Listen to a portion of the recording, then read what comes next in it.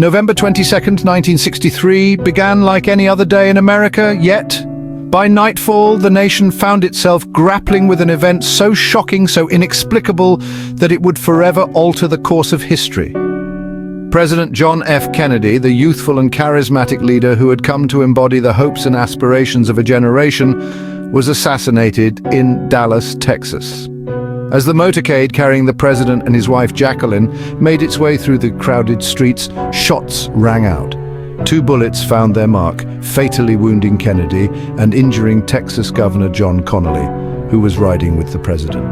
The world watched in disbelief as news of the tragedy unfolded. The assassination sent shockwaves across the globe, leaving an enduring mark on the American psyche. In the aftermath of the shooting, a stunned nation struggled to comprehend the enormity of the loss and grapple with the unsettling question, who killed John F. Kennedy? The official investigation, led by Chief Justice Earl Warren, concluded that Lee Harvey Oswald, a former Marine with alleged communist sympathies, acted alone in assassinating the president. However, the Warren Commission's findings did little to quell the swirling tide of speculation, and to this day, Kennedy's assassination remains one of the most controversial and enduring mysteries of the 20th century. In the chaotic moments following the assassination, all eyes turned to the Texas School Book Depository, a multi-story building overlooking Dealey Plaza from where the fatal shots were believed to have been fired. Lee Harvey Oswald, a 24-year-old employee at the depository, quickly emerged as the prime suspect. Oswald, a former Marine sharpshooter with a troubled past and documented pro-communist leanings, had defected to the Soviet Union in 1959 before returning to the United States with his Russian wife in 1962. Oswald was arrested shortly after the assassination, but he vehemently denied any involvement in the president's murder, famously proclaiming, "I'm just a patsy." 2 days later, while being transferred to a more secure county jail, Oswald was fatally shot by Jack Ruby, a distraught Dallas nightclub owner, in full view of television cameras broadcasting the event live. Ruby's motive for killing Oswald remains a subject of debate, with some believing he acted out of grief and anger over the president's death, while others suspect a more sinister plot designed to silence Oswald before he could reveal potentially explosive information. In 1964, the Warren Commission, established to investigate the assassination, released its highly anticipated report. The Commission's findings concluded that Lee Harvey Oswald acted alone in killing President Kennedy, firing 3 shots from the 6th floor of the Texas School Book Depository. The report asserted that 1 bullet missed the motorcade, while the other 2 struck the president, with the 3rd and fatal shot entering the back of Kennedy's head. The Commission also determined that Jack Ruby acted alone in killing Oswald, dismissing any claims of a larger conspiracy. Despite the Commission's seemingly thorough investigation, its conclusions were met with widespread skepticism and outright disbelief from the outset.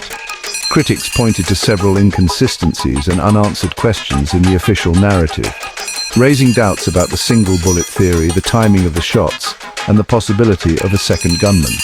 Public opinion polls conducted in the years following the assassination revealed that a significant majority of Americans believed that Kennedy's death was the result of a conspiracy, not the act of a lone gunman. One of the most enduring and widely debated conspiracy theories surrounding the JFK assassination centers on the Central Intelligence Agency, CIA.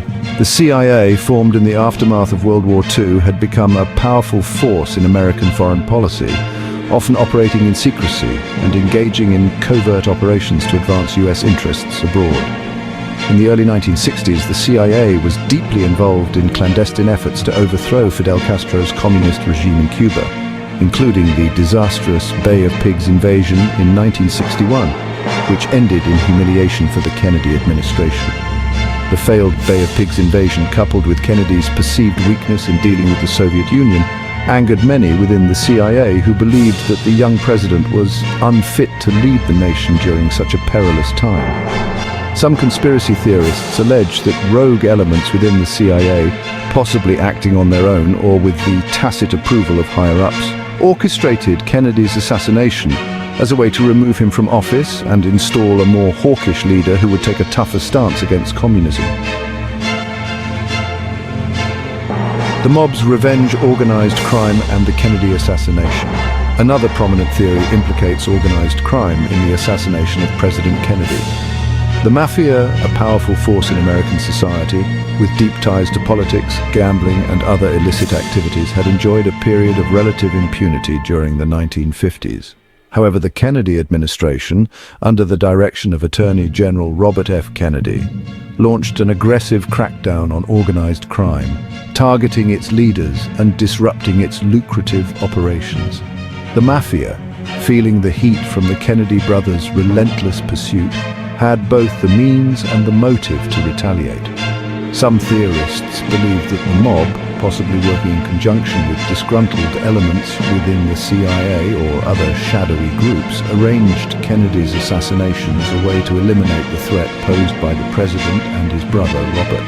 They point to Jack Ruby's alleged mob ties and his subsequent murder of Oswald as evidence of a cover-up orchestrated by organized crime to silence potential witnesses and protect those involved in the conspiracy.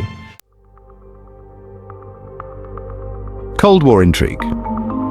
The Soviet Union and Cuba in the crosshairs. The Cold War, a period of intense geopolitical tension between the United States and the Soviet Union, provides a chilling backdrop for another compelling theory surrounding the JFK assassination. The assassination occurred at a time when relations between the two superpowers were fraught with suspicion and mistrust, fueled by the ever-present threat of nuclear annihilation. The Cuban Missile Crisis, a tense standoff between the US and the Soviet Union over the placement of Soviet nuclear missiles in Cuba, had brought the world to the brink of nuclear war just a year earlier. Some theorists speculate that the Soviet Union, seeking revenge for the humiliation it suffered during the Cuban Missile Crisis, may have orchestrated Kennedy's assassination as a way to destabilize the United States and eliminate a leader they viewed as weak and indecisive. Others point to Cuba's Fidel Castro, angered by repeated US attempts to overthrow his regime, as a possible mastermind behind the assassination. While there is no concrete evidence to support these claims, the possibility of Cold War intrigue adds another layer of complexity to the already murky waters surrounding the JFK assassination. The Deep State Conspiracy, a government cover-up.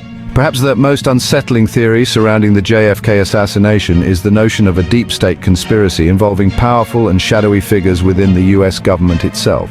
Proponents of this theory argue that Kennedy's assassination was an inside job, orchestrated by elements within the government who viewed the young president as a threat to their power and interests. They point to Kennedy's growing disillusionment with the Vietnam War and his rumored plans to dismantle the CIA as evidence that he had become a liability to the national security establishment. According to this theory, Kennedy's assassination was carried out by a cabal of powerful individuals within the government, possibly including members of the CIA, the military-industrial complex, and even his own vice president, Lyndon B. Johnson. They allege that these individuals conspired to kill Kennedy and cover up their involvement, manipulating evidence, silencing witnesses, and controlling the narrative to protect their own interests and maintain their grip on power.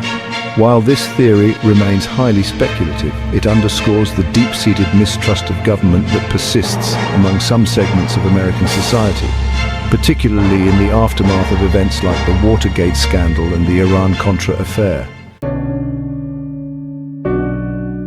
The enduring mystery, JFK's assassination and its legacy. More than half a century after that fateful day in Dallas, the assassination of John F. Kennedy continues to captivate the public imagination, fueling countless books, documentaries, and conspiracy theories. Despite the Warren Commission's official findings, doubts linger, and the question of who killed JFK remains a subject of intense debate and speculation. The assassination and its enduring mystery have left an indelible mark on American history, shaping public perceptions of government, power, and the nature of truth itself. The assassination of John F. Kennedy stands as a stark reminder of the fragility of democracy and the ever-present potential for violence to disrupt even the most seemingly stable societies.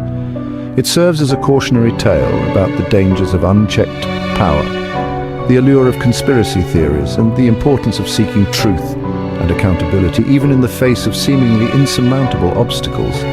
The legacy of JFK's assassination is one of enduring mystery, unanswered questions, and a profound sense of loss for what might have been.